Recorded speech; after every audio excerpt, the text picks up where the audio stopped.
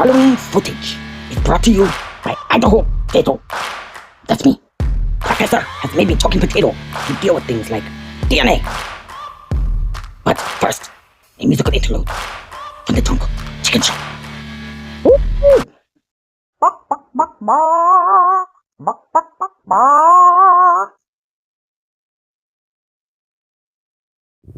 Hello, lovelies. It's me, Fancy Grace. I'm going to go ahead and be talking to you about this article.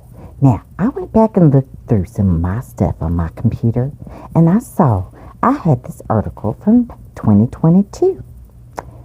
And it says right here, appearing on CNN on Saturday, Andrew McCabe, who served as a deputy director for the FBI from 2016 to 2018, explained how agents were able to delicately survey the suspect over the past several weeks. As he explained, Kohberger was on the radar of investigators before he left Idaho for Pennsylvania, allowing agents to track him from we'll go to the next page now, but do you see here?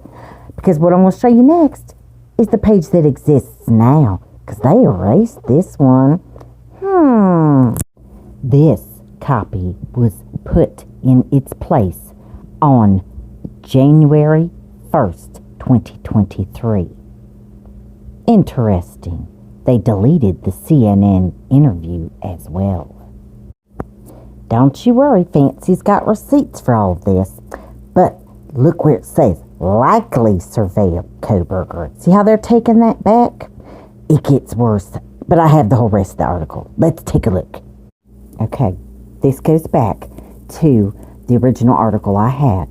And notice it says, okay, he was on the radar of investigators before he left for Pennsylvania, and they were able to track him from the beginning. That's where it says up there. I'm so sorry I had to screenshot that stupid thing on there in the corner. Okay, it says, it's an incredibly complicated, well-choreographed ballet, if I may, of surveillance efforts that would cross multiple FBI field divisions, McCabe said, would involve multiple surveillance teams who were following him in certain areas and handing him off to new teams. All right, y'all. Now, these news people is probably going to say, oh, this was our mistake. We accidentally said that they did all of this. How could you confuse that? Either the FBI followed him or they didn't. Because currently, they're saying they didn't have anything to do with following him across the country. I also recall seeing them say now they didn't pull over Kohberger. They told the Indiana police nothing. Sure. So, this former director of the FBI goes on and says, also explained that once in Pennsylvania, how did they accidentally get the man on recording saying in Pennsylvania? Oh, that's right. We deleted that, so you can't watch the interview anymore. But Fancy took screenshots. Oh, crap. What are we going to do about this now? Anyway, they said once in Pennsylvania, the surveillance efforts surrounding Kohberger needed further care and finesse, so as to not stand out to the residents. A common issue, blah, blah, blah.